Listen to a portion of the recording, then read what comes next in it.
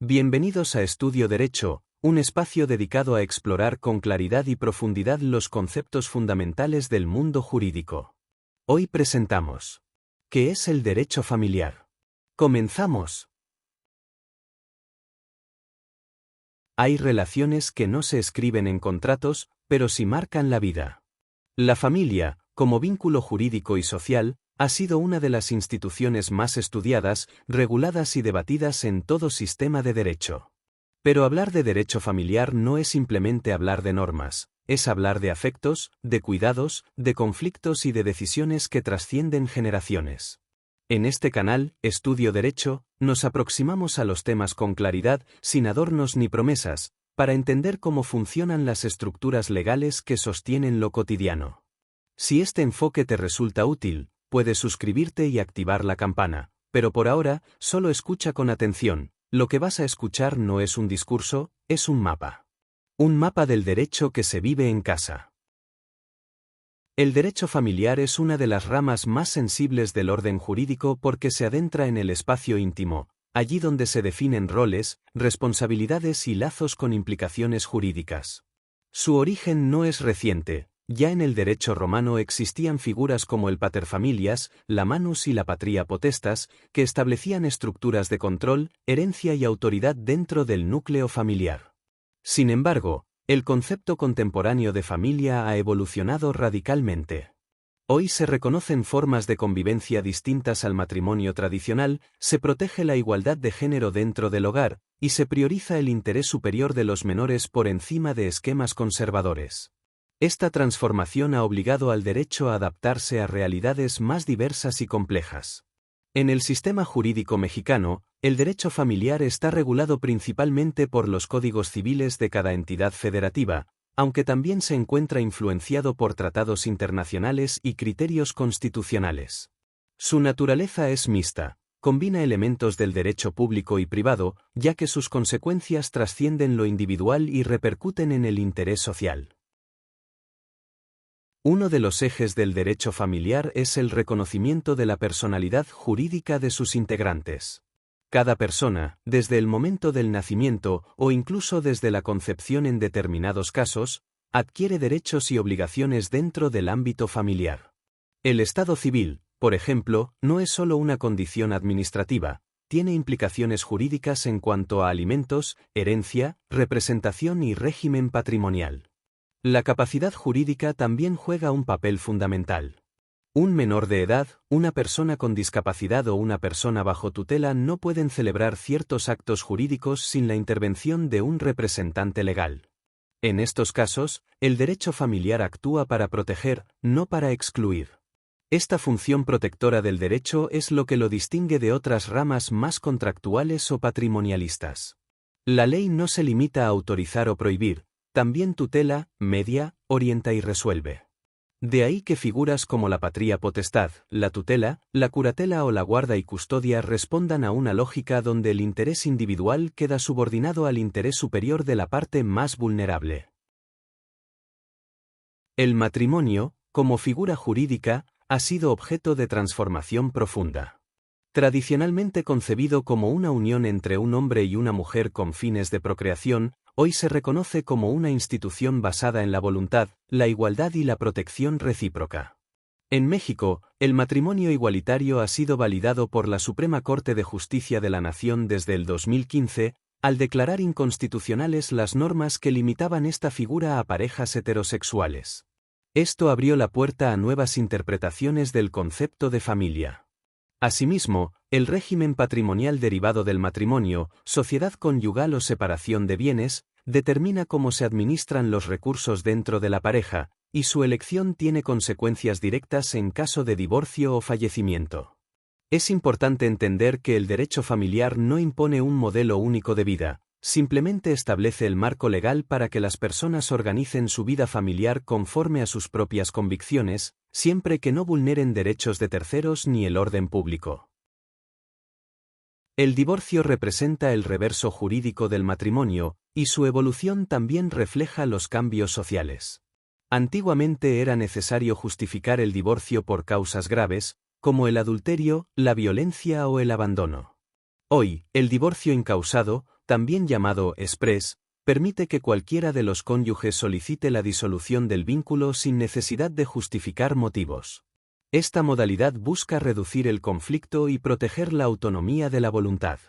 Sin embargo, el divorcio no extingue todas las obligaciones derivadas del matrimonio. Persiste la necesidad de fijar alimentos, definir la guarda y custodia de hijos menores y establecer un régimen de visitas. Cada uno de estos aspectos requiere una valoración judicial que considere el bienestar de los menores y la equidad entre las partes. Así, el derecho familiar actúa como un sistema de contención jurídica ante la ruptura de relaciones personales que, aunque terminan, continúan generando efectos legales. La institución de los alimentos es una de las más importantes en esta rama. El artículo 4 constitucional establece que los niños y niñas tienen derecho a recibir alimentación, salud, educación y sano esparcimiento para su desarrollo integral. Este principio se traduce en una obligación legal para los padres de proporcionar lo necesario para la subsistencia de sus hijos, y en algunos casos, de sus ascendientes o cónyuges. Los alimentos no se limitan a comida. Comprenden educación, vivienda, atención médica y todo aquello necesario para el desarrollo digno de la persona. La ley no fija una cantidad única, se analiza caso por caso en función de las necesidades del acreedor y las posibilidades del deudor. Incumplir con esta obligación puede derivar en sanciones civiles y penales, y en situaciones de urgencia, puede ordenarse el aseguramiento de bienes o el descuento directo del salario del deudor alimentario. La figura del registro de deudores alimentarios morosos es un instrumento relativamente nuevo que busca generar presión social y jurídica sobre quienes incumplen de forma sistemática. Otra figura esencial es la guarda y custodia de los menores. Esta puede ser atribuida a uno de los progenitores, compartida o incluso a un tercero, si se demuestra que los padres no están en condiciones de ejercerla. La decisión judicial sobre la custodia debe atender al interés superior del menor, conforme lo dispone tanto el artículo 4 constitucional como diversos tratados internacionales suscritos por México, como la Convención sobre los Derechos del Niño. En la práctica, la determinación de la custodia implica analizar el entorno, la estabilidad emocional, la disposición de tiempo, la cercanía geográfica con la escuela y otros factores que afectan el desarrollo del menor.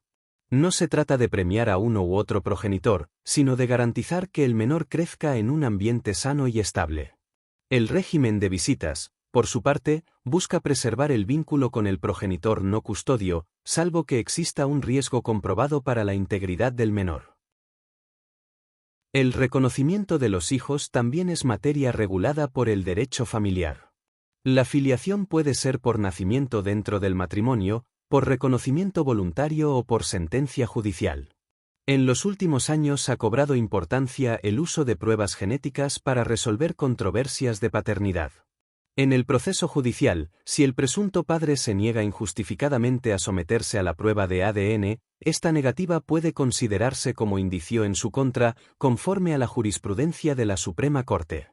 La filiación tiene efectos relevantes, da derecho a alimentos, herencia, nombre y patria potestad. También establece vínculos jurídicos con los abuelos y demás ascendientes. El derecho familiar, en este sentido, cumple una función de integración, ya que busca dar certeza sobre los vínculos de parentesco, sin discriminar entre hijos nacidos dentro o fuera del matrimonio. La adopción es otro de los pilares fundamentales de esta rama.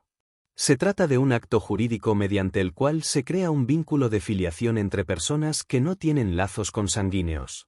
En México, la adopción se rige por los códigos civiles estatales y debe ser autorizada por un juez, previa evaluación psicológica, socioeconómica y legal de los adoptantes. El proceso puede ser individual o en pareja, y en ciertos estados ya se reconoce el derecho de parejas del mismo sexo a adoptar. La adopción otorga al menor los mismos derechos que un hijo biológico, incluyendo el apellido, los alimentos y la herencia. También impone obligaciones. El adoptante se convierte en padre o madre a todos los efectos jurídicos. La jurisprudencia ha destacado que el proceso debe centrarse en el bienestar del menor y no en el deseo de los adultos. Por tanto, cualquier irregularidad, simulación o coacción en el proceso puede ser causa de nulidad o de responsabilidad penal. El derecho familiar no puede desligarse del contexto social en el que opera. Las transformaciones en los modelos de familia, la violencia intrafamiliar, la movilidad geográfica y la diversificación de las estructuras de crianza han planteado nuevos retos. La figura del concubinato, por ejemplo, permite reconocer derechos similares al matrimonio en relaciones estables de hecho. La violencia familiar, por su parte, ha sido incorporada como causal de divorcio, pérdida de custodia y restricción de convivencias. Las mujeres, personas adultas mayores, personas con discapacidad y niñas, niños y adolescentes requieren un enfoque de protección reforzada dentro del entorno familiar. Las leyes han evolucionado, pero también lo han hecho los mecanismos de atención, como los juzgados de lo familiar con enfoque especializado, las medidas cautelares urgentes, la mediación familiar y los tribunales de justicia alternativa.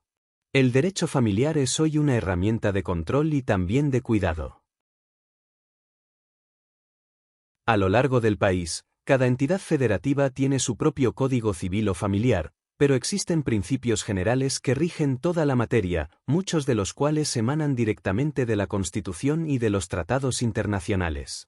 El artículo 1 constitucional prohíbe toda forma de discriminación y obliga a interpretar el derecho en favor de la persona. El artículo 4 reconoce expresamente la protección de la familia como núcleo fundamental de la sociedad. Tratados como la Convención Americana sobre Derechos Humanos, la Convención sobre los Derechos del Niño y la Convención de Belém do Pará forman parte del bloque de constitucionalidad y tienen efectos prácticos en las decisiones judiciales. La Suprema Corte, en múltiples tesis, ha reiterado que el derecho familiar no debe leerse desde la rigidez, sino desde los principios de protección, progresividad y dignidad humana. En este contexto, la función judicial adquiere un rol delicado. El juez de lo familiar no es un simple aplicador mecánico de la norma, es un intérprete que debe ponderar valores, evaluar contextos y adoptar soluciones justas. Debe tomar decisiones que afectarán la vida de personas que no siempre entienden el lenguaje jurídico, que atraviesan situaciones emocionales complejas y que esperan del derecho algo más que tecnicismos. El reto es equilibrar la letra de la ley con la realidad de las personas. Por eso, en el ámbito del derecho familiar, la justicia no puede ser ciega, debe ser empática, sensible y profundamente humana. Solo así cumple su función. El derecho familiar no está en los códigos, está en los vínculos. Está en las decisiones que tomamos, en las omisiones que arrastramos y en las leyes que traducen todo eso en consecuencias. No es un derecho menor, ni una materia ligera.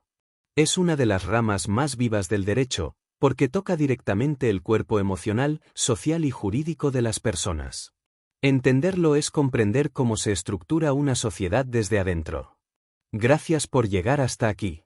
Si este contenido te aportó, puedes seguir explorando más temas con nosotros en Estudio Derecho. La próxima lección ya te espera. Adiós.